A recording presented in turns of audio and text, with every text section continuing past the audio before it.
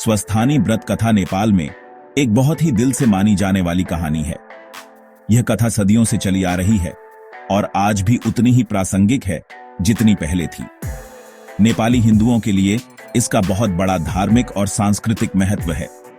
यह कथा न केवल धार्मिक आस्था को मजबूत करती है बल्कि सांस्कृतिक पहचान को भी संजोए रखती है।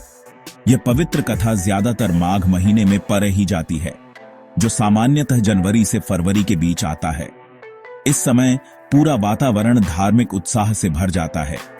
ये कहानियां कई हिंदू देवी देवताओं के आसपास घूमती हैं, जिनमें मुख्य ध्यान स्वस्थानी माता, भगवान शिव और देवी पार्वती पर होता है। इन कहानियों में धार्मिक और नैतिक शिक्षा का समावेश होता है। परिवार रोजाना इन पुरानी कहानियों को सुनने के लिए इकट्ठा होते हैं। उनका मानना है कि इससे शांति, समृद्धि और सबकी भलाई होती है। यह एक ऐसा समय होता है जब परिवार के सभी सदस्य एक साथ बैठते हैं और एक दूसरे के साथ समय बिताते हैं। इसे मनाने में पूरे महीने उपवास और धार्मिक अनुष्ठान होते हैं। उपवास के दौरान भक्त अपने मन और शरीर को शुद्ध करने का प्रयास करते हैं। भक्त, विशेष रूप से महिलाएं, इस व्रत को बड़े ढी श्रद्धा से करती हैं और कड़े नियमों का पालन करती हैं। वे अपने परिवार और समाज के लिए आशीर्वाद मांगती हैं। कथा सुनना या पढ़ना एक पुण्य का काम माना जाता है। यह एक ऐसा अवसर होता है जब लोग अपने जीवन में धार्मिकता और नैतिकता को महत्व देते हैं। माना जाता है कि जो लोग साफ दिल से यह व्रत करते हैं, देवी स्वस्थानी उनकी इच्छाएं पूरी करती हैं।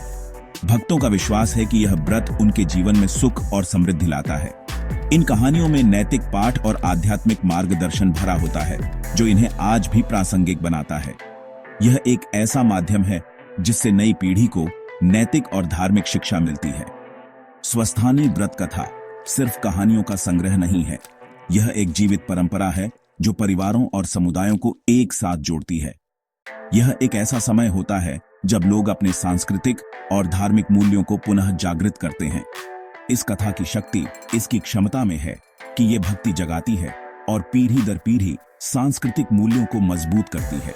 यह एक ऐसा अनुष्ठान है जो समाज को एकजुट करता है और सांस्कृतिक धरोहर को संजोए रखता है।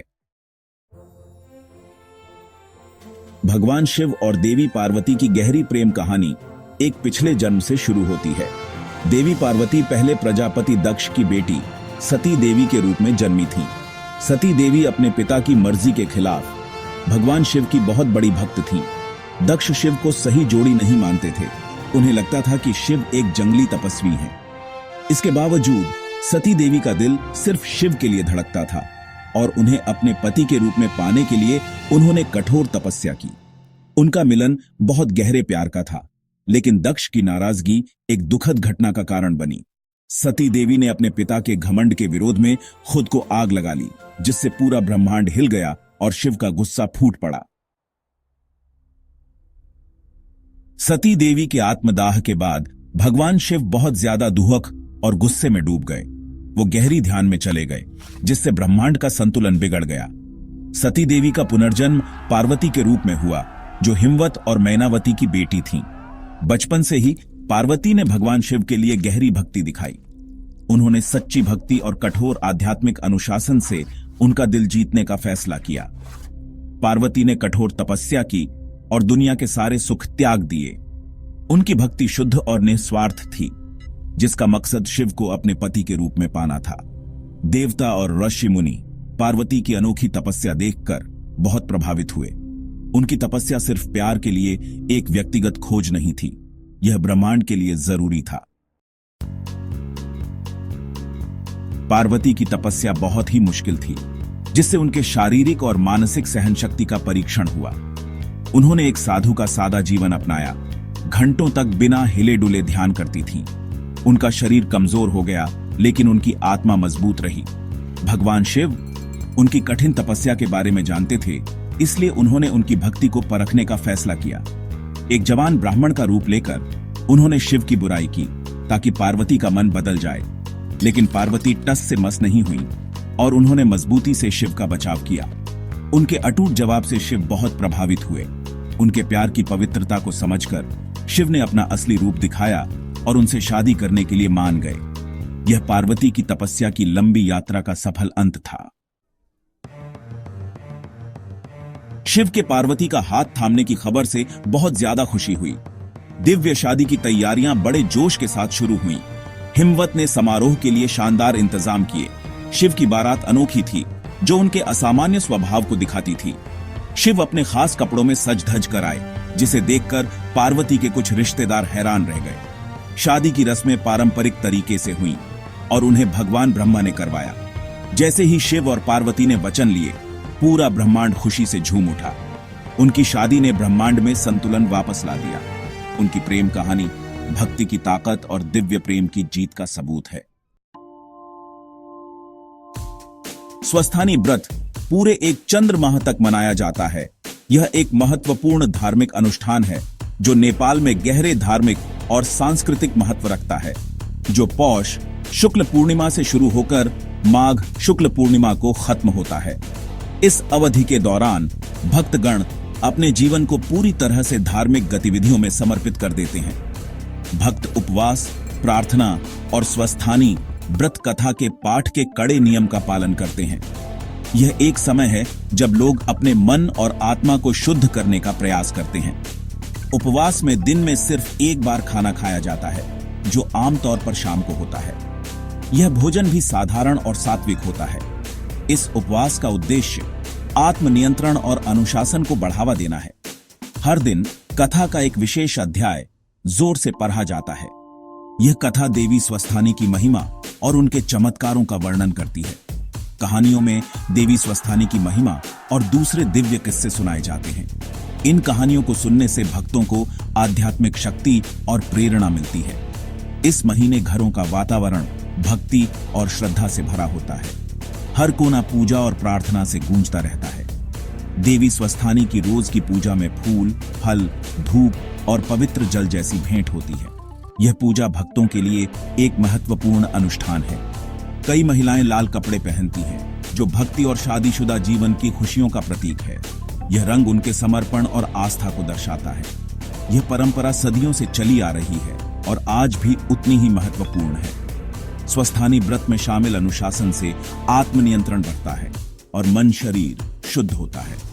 यह एक ऐसा समय है जब लोग अपने जीवन को नए सिरे से शुरू करने का संकल्प लेते हैं।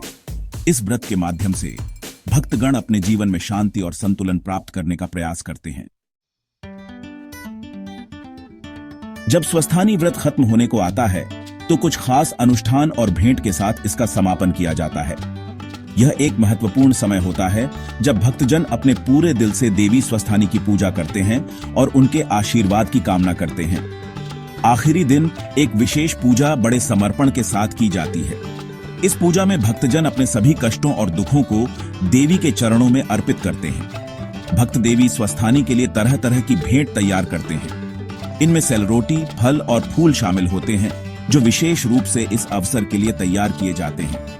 कथा का आखिरी अध्याय पढ़ा जाता है, अक्सर एक संतोष की भावना के साथ। यह कथा भक्तों को देवी की महिमा और उनके चमत्कारों की याद दिलाती है। एक अनूठी परंपरा है प्रसाद यानी पवित्र भोजन चढ़ाना। प्रसाद को देवी के आशीर्वाद के रूप में माना जाता है और इसे भक्तों में बांटा जाता है। व्रत खोलना एक महत्वपूर्ण क्षण होता है, जिसके बाद ठीक से खाना खाया जाता है। यह समय परिवार और दोस्तों के साथ मिलकर मनाया जाता है। परिवार अक्सर व्रत के सफल समापन का जश्न मनाने के लिए दावत करती है। यह दावत एकता और खुशी का प्रतीक होती है। माना जाता है कि देवी स्वस्थानी व्रत करने वालों को अपना आशीर्वाद देती है। भक्तजन इस आशीर्वाद को अपने जीवन में सुख और समृद्धि के रूप में देखते हैं। व्रत का समापन आस्था और सांस्कृतिक पहचान को और पक्का करता है। यह एक ऐसा समय होता है जब सभी भक्तजन एक साथ मिलकर अपनी आस्था को और मजबूत करते हैं। यह परंपरा आगे बढ़ती रहती है, जिससे यह जीवित और प्रासंगिक बनी रहती है। नई पीढ़ी भी इस परंपरा को अपनाती है और इसे अपने जीवन का हिस्सा बनाती है। स्वस्थानी व्रत कथा भक्ति, अनुशासन और दिव्य इच्छा जैसे थीम्स के जरिए टाइमलेस विजडम देती है। पार्वती की लगातार तपस्या शुद्ध, निस्वार्थ भक्ति की शक्ति का उदाहरण है। दूसरे पात्रों की भक्ति इस संदेश को और मजबूत करती है। अनुशासन महीने भर के उपवास और कड़े अनुष्ठानों से दिखता है। पार्वती की तपस्या व्यक्तिगत बलिदान के महत्व पर जोर देती है। भाग्य या दिव्य इच्छा का सिद्धांत एक महत्वपूर्ण भूमिका निभाता है। सती का पार्वती के रूप में पुनर्जन्म संतुलन वापस लाने के लिए एक दिव्य योजना का हिस्सा था। कथा में अच्छाई, कर्म और शादी में वफादारी जैसे थीम्स को एक्सप्लोर किया गया है। यह एक नैतिक दिशा निर्देश की तरह काम करती है, जो लोगों को एक अच्छे और आध्यात्मिक रूप से पूर्ण जीवन की ओर मार्गदर्शन करती है। स्वस्थानी व्रत कथा एक जीती जागती जीवंत परंपरा है जो नेपाली समाज और आध्यात्मिकता पर असर डालती है। इसे हर साल मनाने से सांस्कृतिक पहचान मजबूत होती है और पीढ़ियां जुड़ती हैं। ये कहानियां कई नेपालियों के नैतिक और आचारिक ढांचे को बनाती हैं। ये व्रत भगवान से व्यक्तिगत संबंध का एक रास्ता दिखाता है। अनुष्ठान और कहानियां दैनिक जीवन में पवित्रता की भावना जगाती है। इसका प्रभाव कला, साहित्य और सामाजिक रीति रिवाजों तक फैला हुआ है। यह व्रत पारिवारिक बंधनों और सामुदायिक संबंधों को मजबूत करता है।